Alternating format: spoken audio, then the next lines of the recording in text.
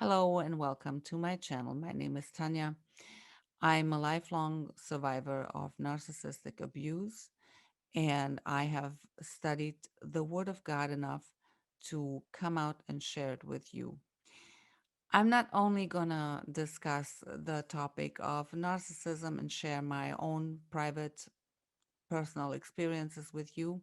I also want to deal with a very, very important topic of understanding the true gospel and how it differs from the fake gospels that are out there and that the Bible warns of. So, if you are a child of God, you are very interested in what the Bible has to say.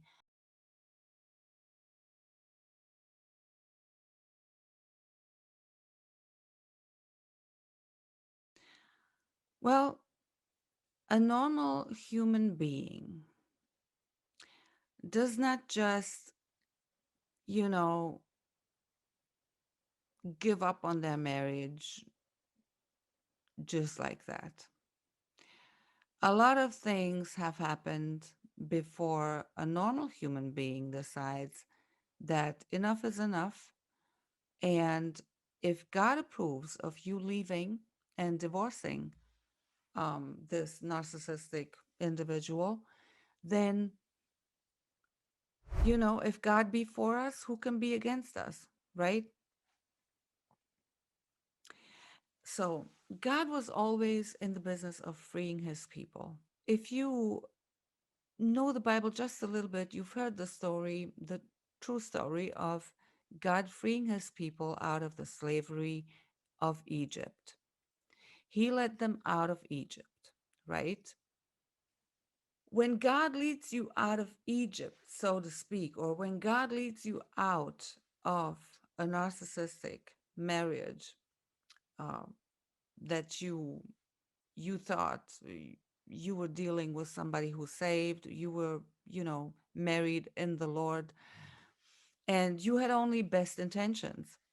But the abuse and the years of abuse and the brutal discard have finally proven to you that you were dealing with somebody who really is not normal in the head. They don't take the way we take, right? They don't have no empathy. They have no loyalty to no one. And they can't change.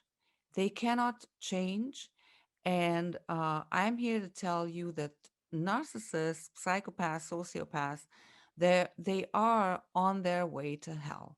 Not because they sinned more than us. It's not about sinning. It's about them being the children of the devil. And the Bible confirms that.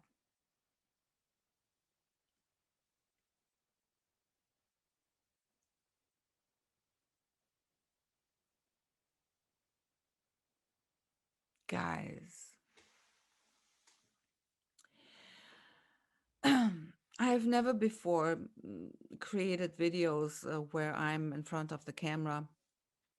I'm totally new to this, so bear with me because I cringe every time I see myself on the screen. Um, and, but I have a lot to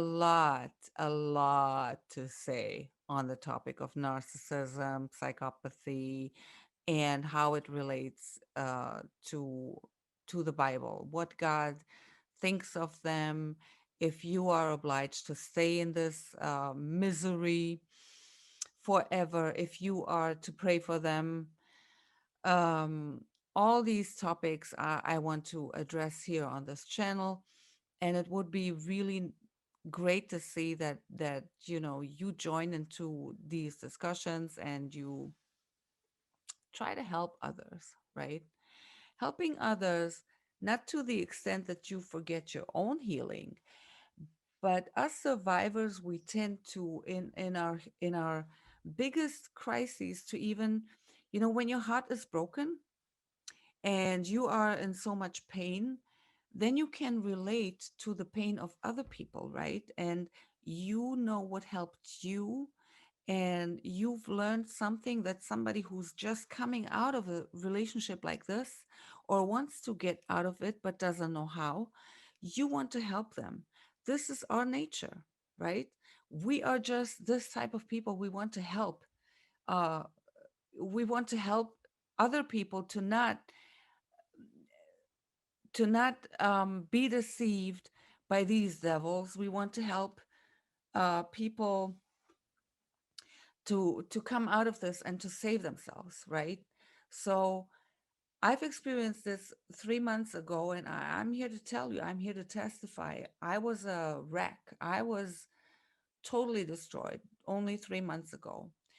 After the discard, like after maybe 1 or 2 days, the pain was so big that I thought I would not make it. I was ready to give up. Seriously. I'm a Christian, yes, and I have an eternal hope. I know all this, but um, I was really thinking the world would be a better place when you are in this pain, when you are in this huge depression. y- You think this pain will never go away. This pain is too much to handle. How are you going to survive this? How are you ever going to be able to live without this person that was the center of your life? Because this is what they do, right? They come into our lives, make us love them, or let's better say, they make us love the mask that they create. It's an illusion, it's a mirror. It's, in fact, they make us fall in love with everything that we believe in. They portray to be like us, to believe the same things. And they give us this illusion of being this Prince Charming on the white horse who is finally the one that God ordained for you to spend your life with, like a blessing from above, like the heaven sent soulmate, right?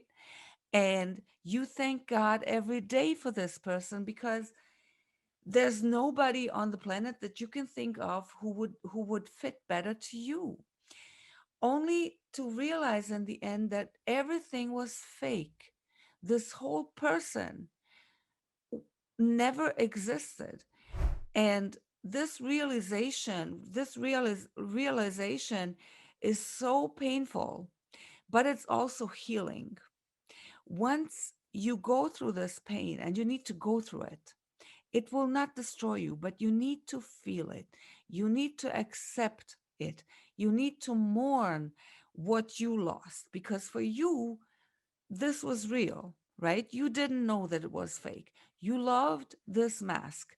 And this is what you need to grieve about. You need to let this pain out. You need to feel it to heal it, right?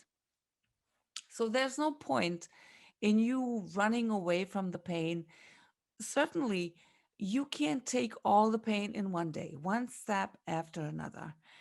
Your mind is going to give you just enough, or God is going to give you just enough for you to handle. God is not going to allow something to break you to the point where you just can't anymore, right? He's going to get you through it. It's going to be a painful process, but you can do it. Accepting it for what it is, and realizing the fact that the person that you loved never really existed, is going to help you. And if you are like me, um, we are dealing with unresolved childhood trauma that later on in life we chose all the wrong people.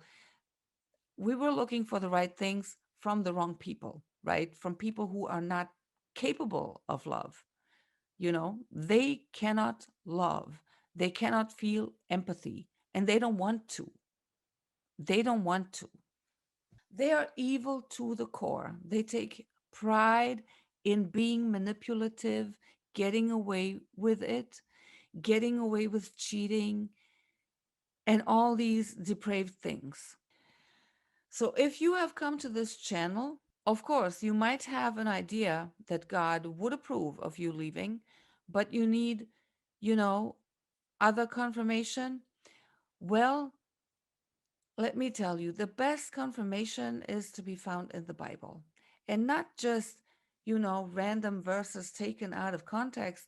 You need to take the whole Bible into a consideration before you make a decision, right? Marriage is a serious thing. And we as empaths who went in to this marriage with all the best intentions, we were in love, we loved this person unconditionally, we would never have left if we didn't have to, right?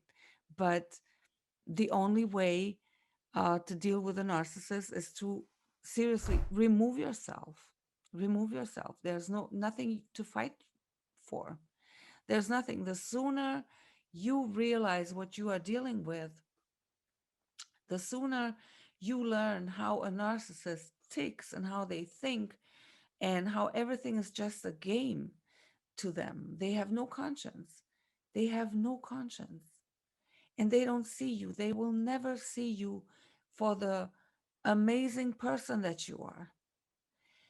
Um, they are never going to see the real you. They only see in you what they can get out of you, right? So they love the fuel, but they don't love you. In fact, they envy you. They hate you. They resent you. They resent you. It's true. I mean, how do you explain somebody who's going into a marriage just for some type of profit, uh, and they know from the beginning that they are in it for something that you know nothing about? They know that they are going to get bored of you, that they are going to discard you. They are planning the perfect discard without you even knowing, all the while acting as the loving husband, the loving wife, but secretly behind your back already in emotionally cheating, uh, um, all the while, at home being loving with you, being, you don't see it coming. You just don't. I mean, how can you say that somebody is not a psychopath if somebody goes into a marriage and they have a secret agenda, and the agenda is evil? It's an agenda to exploit you for something, for their personal gain, for a residency in a country that otherwise they would not, have the right to come to save their asses from some stupid ass countries with fucked up economies. They want to save their asses, and they don't care. They don't care what this does to you. They don't care about your love.